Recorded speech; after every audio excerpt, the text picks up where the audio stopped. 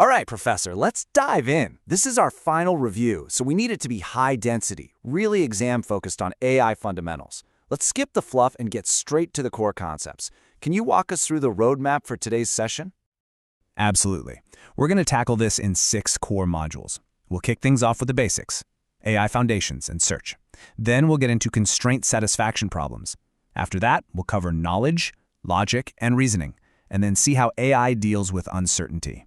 From there, it's on to planning, and we'll wrap up with an introduction to machine learning. The key thing to remember is that each of these sections really builds on the one before it, giving us the complete picture.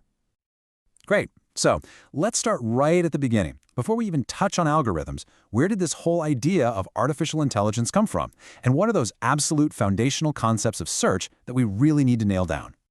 You know, it's interesting, the whole quest for AI didn't start with computers. It actually started with philosophy. We're talking way back to Aristotle imagining automated tools. Fast forward to 1495, and you have Da Vinci sketching out designs for humanoid robots. But the modern era, the one we really care about, kicks off in 1950. That's when Alan Turing posed that famous question, can machines think, and gave us the Turing test. The name artificial intelligence itself was coined a few years later, in 1956, at the Dartmouth Conference. Early on, the focus was all on these knowledge-based expert systems, but really, since the mid-90s, AI has transformed into a formal science, pulling in all these different disciplines to tackle really complex, real-world problems. Okay, so a really critical concept in search is the heuristic. Think of it as an educated guess, an estimate of the cost to get to the goal. Now, for a heuristic to be what we call admissible, it has one crucial rule.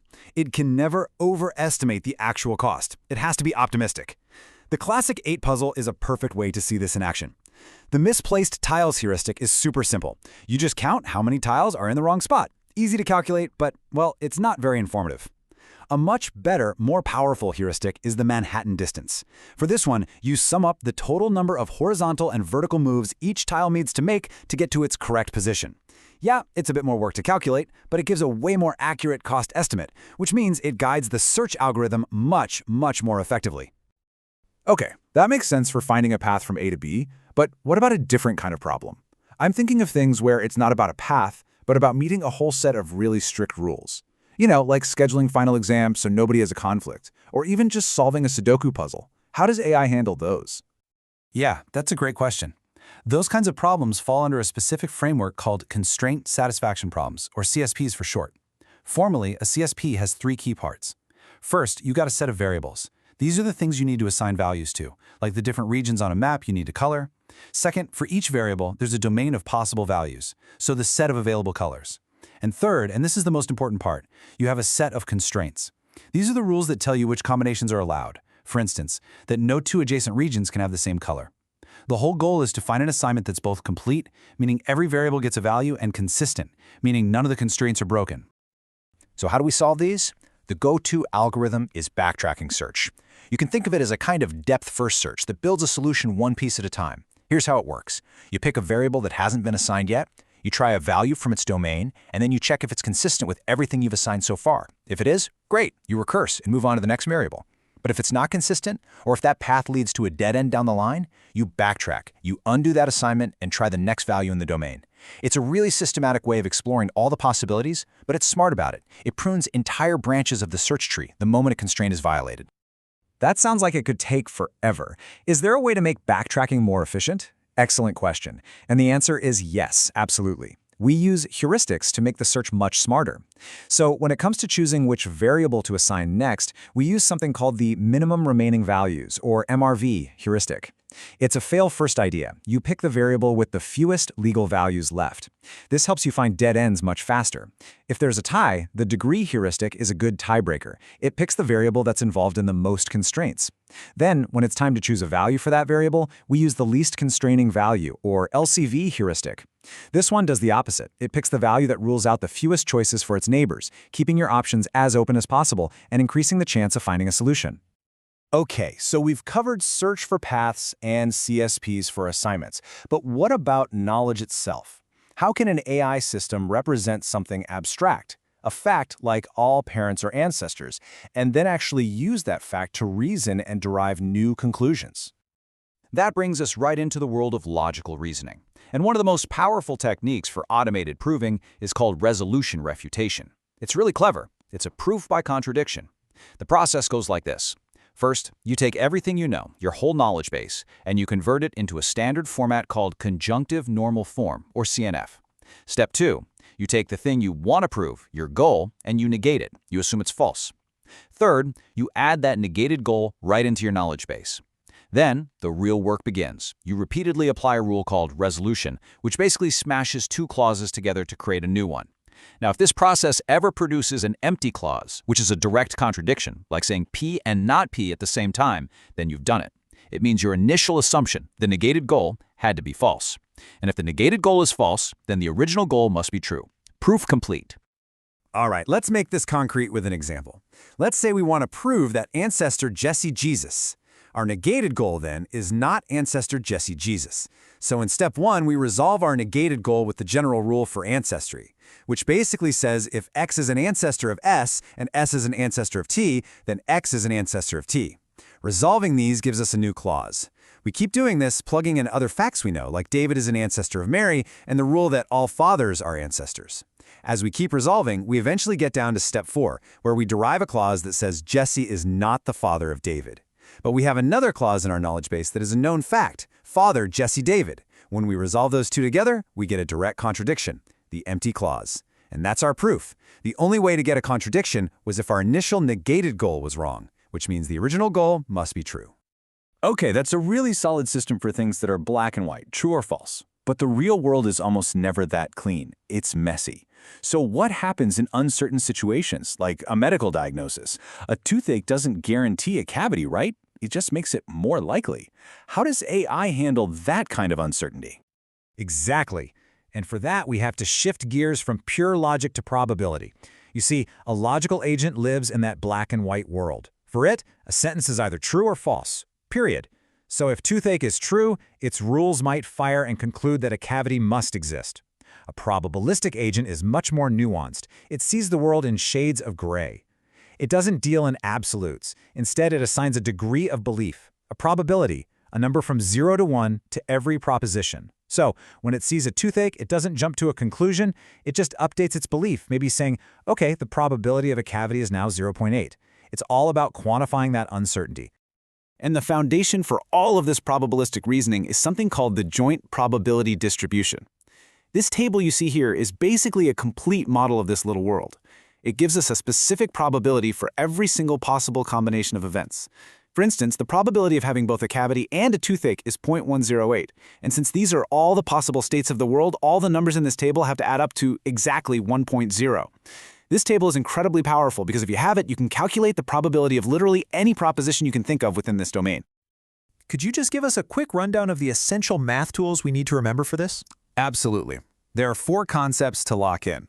First, there's the prior probability, written P of A. That's just your belief in something before you've seen any evidence. Second is the conditional probability, P of A given B. This is your updated belief in A after you learn that B is true. Third is the product rule, which is what links them together. It says the probability of A and B happening is P of A given B times P of B. And finally, there's marginalization. This is how you find the probability of just one variable when you have the whole joint distribution. You just sum up the probabilities over all the other variables. For example, to find the total probability of having a cavity, we just add the probability of cavity and toothache to the probability of cavity and no toothache. Okay, that makes sense. So an agent can reason with certainty using logic and with uncertainty using probability. But that's all about belief. How does an agent actually decide what to do? How does it build a plan, a sequence of actions, to get from where it is to where it wants to be? Right, and that is the specific field of AI planning. It's important to understand how it's different from the general search we talked about at the beginning. In general search, the states are treated like black boxes. The algorithm has no idea what's inside them, and action is just some function that spits out a new state. But in planning, we open up that black box. States are represented in a factored way as a collection of logical facts. The goal is also just a set of facts that need to be true. And most importantly, actions are described in detail, with explicit preconditions, what must be true before you can act, and explicit effects, how the action changes the world. And the classic way to represent this is the STR action schema. STR stands for the Stanford Research Institute Problem Solver. In this formalism, every action has three parts. You have the action itself, like stack block X on block Y. Then you have the preconditions, a list of facts that have to be true for the action to even be possible. For example, to stack X on Y, block Y has to be clear and the robot has to be holding block X. And finally, you have the effects. This is broken down into an add list, facts that become true after the action, and a delete list, facts that are no longer true. This very structured way of describing actions is what allows a planning system to reason about them, either working forward from the start or backward from the goal to build a valid plan. This is all coming together. So we've talked about how to program all this knowledge and logic and the action rules directly into a system. But here's the big question. What if we didn't have to do all that programming? What if we could just get the machine to learn it all on its own, just by looking at data? Exactly. And that is the fundamental idea behind machine learning. The formal definition from Tom Mitchell really nails it. Let's break it down.